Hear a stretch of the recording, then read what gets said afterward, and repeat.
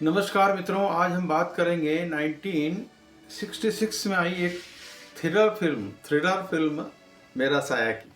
मेरा साया राज खोसला द्वारा बनाई गई थी। राज खोसला इस तरह की सस्पेंस फिल्में बनाने में माहिर थे और उन्होंने मेरा साया के पहले वो कौन थी बनाई थी और मेरा साया के बाद में अनीता बनाई। ये तीनों बैक टू बैक फिल्में आई थी और तीनों हिट रही थी। और एक खासियत ये है कि इन तीनों फिल्मों की हीरोइन जो थी वो साधना थी। जी हाँ, साधना ने ही इन तीनों फिल्मों में काम किया था और साधना तब की इतनी मशहूर और मारूफ हीरोइन थी कि उनकी हेयर स्टाइल की नकल तब की नव युवतियाँ करा करती थी। इतनी अच्छी उनकी हेयर स्टाइल थी। और साधना ने भी ये जो हेयर स्टाइल है एक विदेश की अभिनेत्री हुई है उनकी कॉपी करके उसको यहाँ पर प्रसारित किया था। तो हम बात कर रहे हैं मेरा साया की। मेरा साया 1966 में आई थी और इसका निर्देशन किया था राज खोसला ने और फिल्म में संगीत दिया था मदन मोहन ने। स्क्रीन प्ले लिखा था GR कामथ ने और गीत लिखे थे राजा मेहंदी अली खान ने। इस फिल्म की कास्ट में सुनील दत्त हीरो थे, हीरोइन के रूप में साधना थी। इसके अलावा सह कलाकार में KN सिंह थे और प्रेम चोपड़ा इसमें विलेन बने हैं। तो मेरा साया की थ्रिलर कहानी इतनी अच्छी थी और इस इतने अच्छे तरीके से इस फिल्म का निर्देशन किया गया था कि फिल्म में आप तो बंधे चले जाते हैं और एक ऐसा सस्पेंस बना रहता है कि आगे क्या होगा, आगे क्या होगा। इस कारण से पिक्चर सभी दर्शकों को बांधे रखती थी। आज भी यदि आप इस फिल्म को टीवी पर देखेंगे तो आप मंत्रमुग्ध होकर देखते रहेंगे। आपको दाएं बाएं कुछ देखने की जरूरत नहीं, लगातार फिल्म से आपकी स्क्रीन से नजरें नहीं हटेगी। इतनी अच्छी फिल्म थी, इतना कसा हुआ संपादन था इसमें और फिल्म के गीत भी तब बहुत लोकप्रिय हुए थे।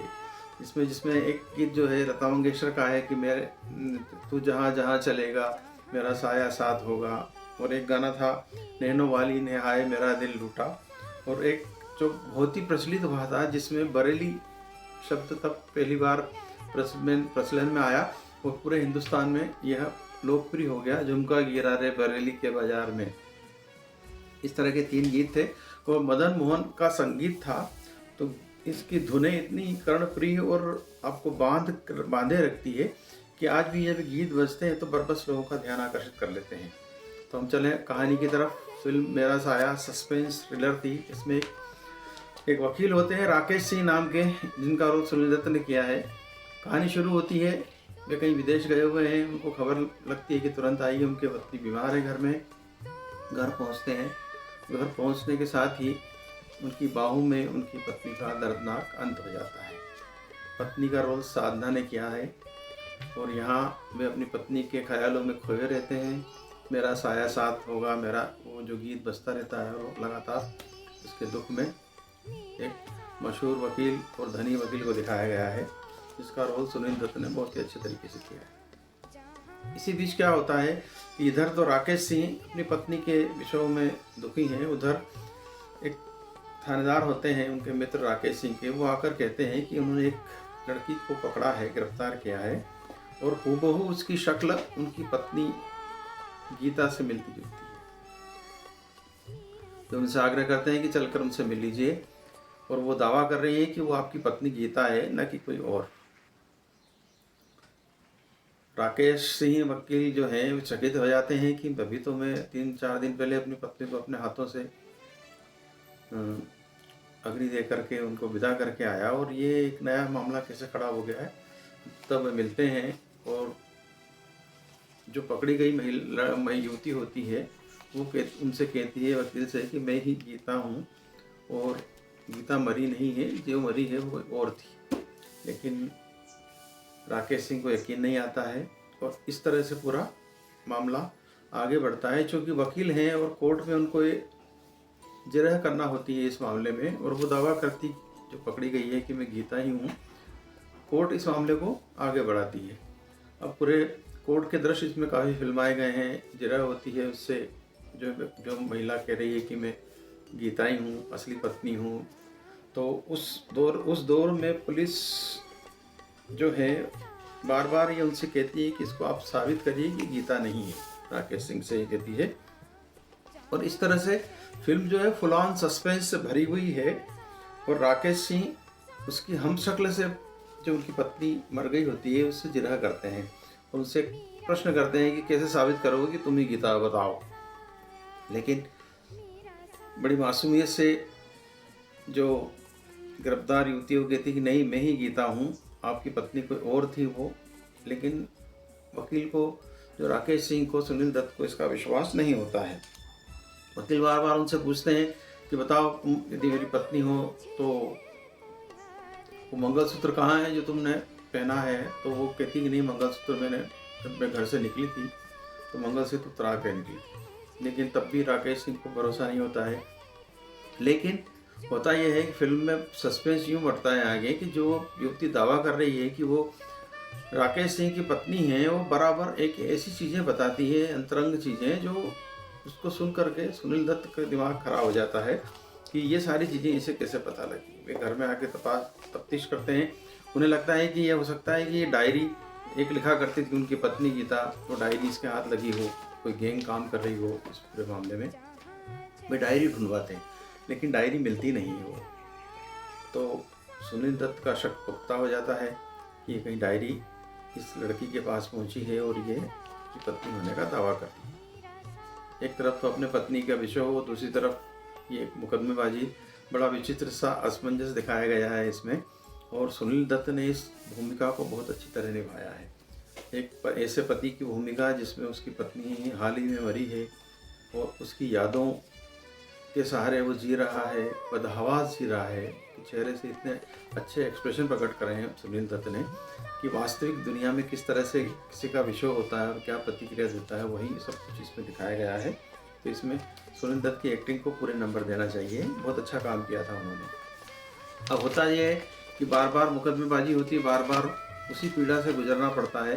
और वो जो लड़की गिरफ्तार है वो बार फेडअप हो जाती है, यह कहते हुए कि मैं ही गीता हूँ, मैं ही गीता हूँ। लेकिन मानसिक रूप से वो विक्षिप्त हो जाती है। सुनील दत्त से पूछते हैं कि वो डायरी बताओ कहाँ रखी है, तो वो कहती है नहीं, मुझे नहीं मालूम डायरी कहाँ रखी है, मैं रखी होगी कबर्ड में रखी हुई, यहाँ रखी होगी। घर के कोना कोना उसका परिचित होता है, उस बुक जो कोर्ट में बयान दे रही है उसका कहाँ क्या है, सारी चीज़ें बताती है। लेकिन वो डायरी के बारे में नहीं बताती है और मंगलसूत्र के बारे में नहीं बताती। और सुनील दत्त ये चाहते हैं कि किसी भी तरह से ये साबित करे या ऐसी चीज़ बताए जिससे पुख्ता हो कि यही गीता है, वो गीता नहीं है। और ऐसा है, ये गीता है और वो गीता नहीं थी तो क्यों नहीं थी, ये गुत्थी सुलझे। तो इस पूरी पिक्चर इसी गुत्थी में बांधे रखती है दर्शकों को, धीरे धीरे आगे बढ़ती है। कोर्ट की रोज की बहस और सुनील दत्त के इनकार के कारण जो खुद को गीता कह रही है, वो साधना ने ये रोल बहुत अच्छा तरीके से किया है, वो विक्षिप्त हो जाती है। विक्षिप्त होकर के मानसिक रोगी अस्पताल में भर्ती हो जाती है। इसी बीच क्या होता है, जो सुनील दत्त के मित्र एक पुलिस के अधिकारी होते हैं, वो डाकू को गिरफ्तार कर लेते हैं। और डाकू ये बयान, उसके बयान में आता है कि वो जो उनके पास इस गीता की हमशक्ल एक लड़की थी जो उनके डेरे से भागकर कहीं चली गई थी। और हो सकता है कि यही गीता है जो बयान दे रही है, वो गीता की हमशक्ल है और वो उनके डेरे से छुटी हुई महिला है। लेकिन वो गीता इस बात को मानती नहीं। एक दिन मानसिक अस्पताल से वो भाग निकलती है और भाग करके सुनील दत्त के घर पहुंच जाती है। वहाँ कुछ ऐसी बातें होती हैं उनकी, वो साबित करना चाहती है कि वही गीता है, लेकिन सुनील दत्त फिर भी नहीं मानते। इसी बीच घर के बाहर गोली चलने की आवाज़ आती है।